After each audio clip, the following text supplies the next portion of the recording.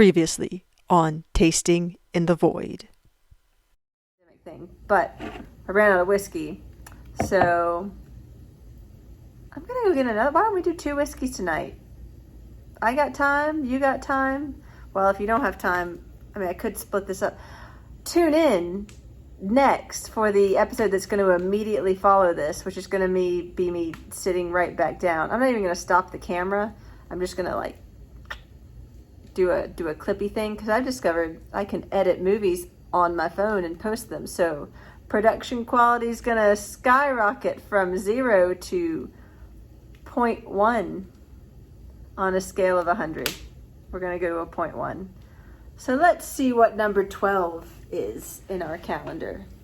So now I talked a little bit about trying whiskey when I was sick. I don't feel like this is focusing right.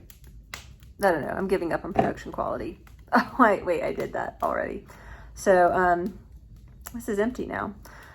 Trying whiskey when you're sick doesn't work because you can't taste anything. Now, it's not because I had the COVID, which people would think, because you apparently loss of taste is one of those things. You know what's funny? If you have something where your nose is stuffed up in general, you also can't taste things because it's really linked to smell. So I couldn't taste my whiskey because I had the flu and it was bad. The other thing about having the flu or having the COVID, what I learned when I went to get tested for flu, because it was right when this pandemic started, is that it's a 1 nostril test for flu, but it's a 2 nostril test for COVID. It's like if 4-leaf clovid. Anyway, so they took a delightful Q-tip, cotton swab, whatever you care to call it, and shoved it up 1 nostril to go and test me for the flu.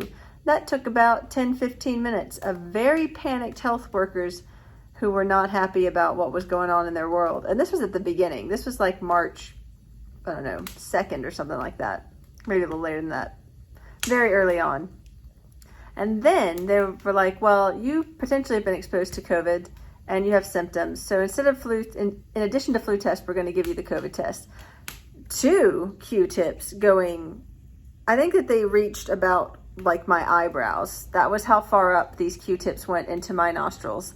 And having a dry cotton swab shoved into your sinus cavities is a subpar experience. It's great to do if you need to test yourself for a pandemic causing disease. Highly recommend it, but for fun, it's not a fun thing.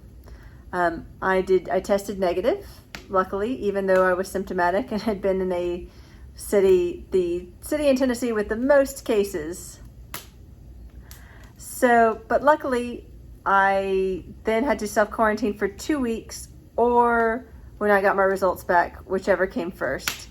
And self-quarantining for 2 weeks was first. That was first because the test results are real slow. This wasn't supposed to get off on a pandemic thing. I'm back, and hopefully more entertaining, but probably not. So here's number 12. It's quite a bit darker. There we go, number 12. So, we've got 12. We've got some filtered water. We've got the same glass I was using before, so Mama didn't raise a monster.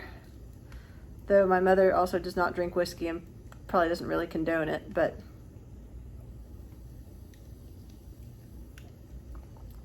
get that water. Ooh, still has it's peaty water, but that's why I did that. Nothing quite so sexy as seeing a woman who hasn't had the opportunity to take a warm shower in several days, which is what is happening directly after this, because slightly tipsy shower sounds like a great idea. So this one hasn't been opened. This one I didn't try and taste when I was sick. So you can tell that it is a full thing. So now comes the part where I try. I will say, the one downside of these little vials is they are very difficult to pour unless you want to pour the whole thing. And you know, I'm a 25 ml pour person. I lived in the UK. 50 ml pour is a double. This is a double. It's a very generous double. 25 ml is a single. And they measure it. Like, it's not like the US where people just pour in some alcohol and see what goes. Like, you're going to get the same measure It's legally mandated no matter where you go. So, well, that's roughly half. It's about half. So, still got, it's going to be a little bit different because I have some water in the glass. But, oh yes, once again, legs. Oh, I like this one better. I feel bad when I like something better. It's like, I don't want anyone to feel bad. This one has a hint of a medicinal smell, also a little bit of maybe like coffee, toffee, hazelnut. I'm getting something it's almost like kind of the sherry cask hit that we got the other day. This might be, I got cherries? I don't know, I'm just gonna keep throwing out words and hope something hits. It's like when you're just throwing stuff at the wall. If I give you enough words, one of them will be a viable word. You know, also, I'm gonna end up knocking this over, and that will be bad. That will make me really sad. I don't, you know, wasting whiskey is a crime. It's alcohol abuse. And I do not believe in supporting alcohol abuse. Also, if you are watching this and have any sort of issues with alcohol, I apologize for making light of my enjoyment of drinking. But drink responsibly, kids. And, you know, don't be afraid to talk to someone if you think, maybe I'm not drinking responsibly. It's okay. Everybody has their own issues. Alrighty. So, oh, I'm trying to add water. I haven't even tasted it.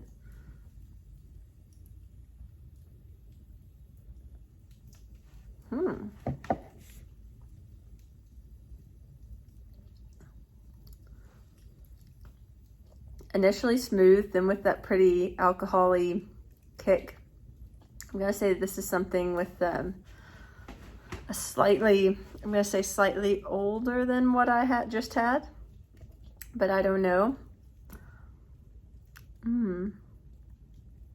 Yeah, it almost has like a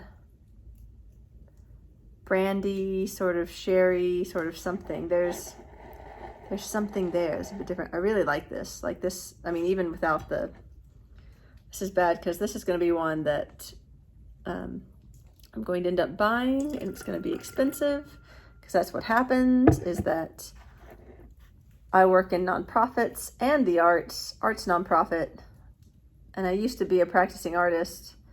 So I have, you know, champagne tastes on a, whatever it is. I don't know the saying. I don't know the sayings. Basically, I like fancy stuff and I can't afford it.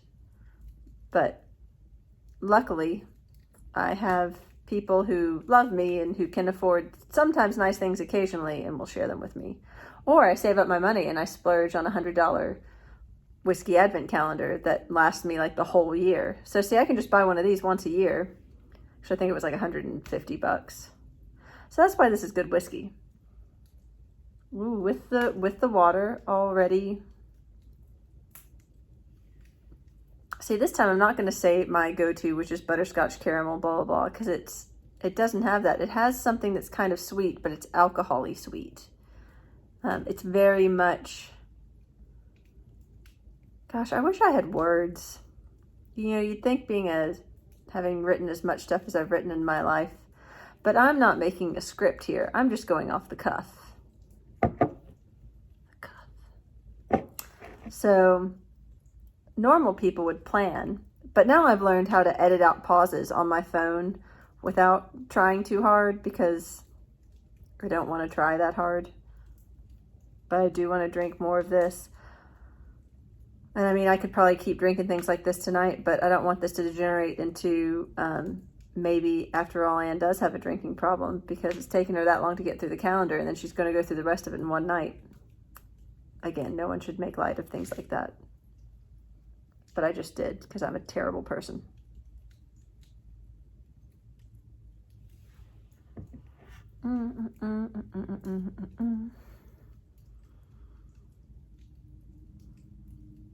I want to bathe in this deliciousness. It's sharp. I mean, spicy is probably going to be on that card. I know it because they love the word spicy, but it's not quite the right word. It's like little pinpricks. You know those like little toys that had all the like metal pieces, and you'd put your hand on it. It would make the outline on the other side, or you'd put your face on it or whatever. You just poke little things into it.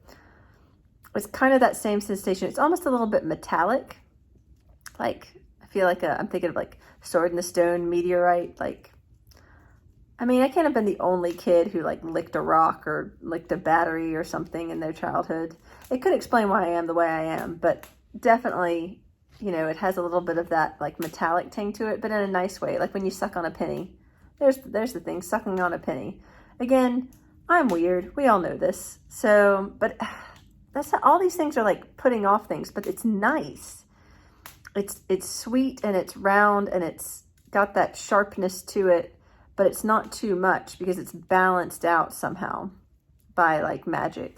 I mean, being this dark, I can only assume it's been in the cask a while, which is why the other one was light, because it's things that hadn't been in the cask as long.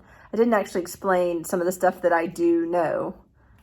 I should explain the things that I do know instead of just talking about how much I don't know, because there's enough that I don't know. I don't have to point it all out, because I know darker, generally longer in the cask, or a cask that is something that's been in it that's been dark. So we shall go to our fancy card deck and see. Now we're on number 12, so we can pull number 12 out, and you get to look at the pretty drawing before I do. Interesting. There's a windmill and an arrow and something I can't see because I'm trying to look at this by the light of an oil lamp. That's silly. So this is either BALCONES or BALCONES Distilling. Texas. Oh, I like this, and it's from Texas. I've betrayed myself. I keep talking about how much I like single malt scotches, and then this is one I really like. So what do they say in their tasting circle? Well, it is a rye. So if it's from Texas, it could be kind of Spanish. It could be BALCONES, or it could be BALCONES, or it could be something else. So this is a rye. Say butter, corn, oak, chocolate mint, pepper. See, I said spicy. Chocolate, Tabasco. Oh no, not Tabasco. Tobacco. Look, I'm trying to do this by candlelight, even though I have power now. I don't know why. And cocoa. You know, I kind of get the chocolate now that they're saying that, but I don't know if that's what I would have gone with. I don't even... These things they're saying. This is again why I say all this stuff is objective. This is delicious. There's a lot of stuff on here that says chocolate, which I love chocolate. But I disagree with their tasting circle. I don't know what I would put on there, because normally I'm like, oh yeah, that stuff. But I disagree with this wholeheartedly. But I will say, this 100 proof Texas rye has knocked me out of my hoity-toity Scottishness. Who knew? It's possible for anyone to change. You know, I feel like what I was talking about earlier tonight, this is why I did a second one, is that I was really boring before. I mean, I'm still boring. I'm just boring in a different way. So, my question for you is, Texas rye, should I be ashamed of myself? And if so, why?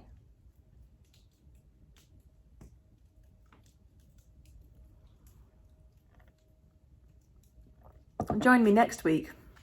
I'll be teaching you how to build a boat using 3 socks, a bottle of whiskey, and your dog's hair that's stuck in that brush.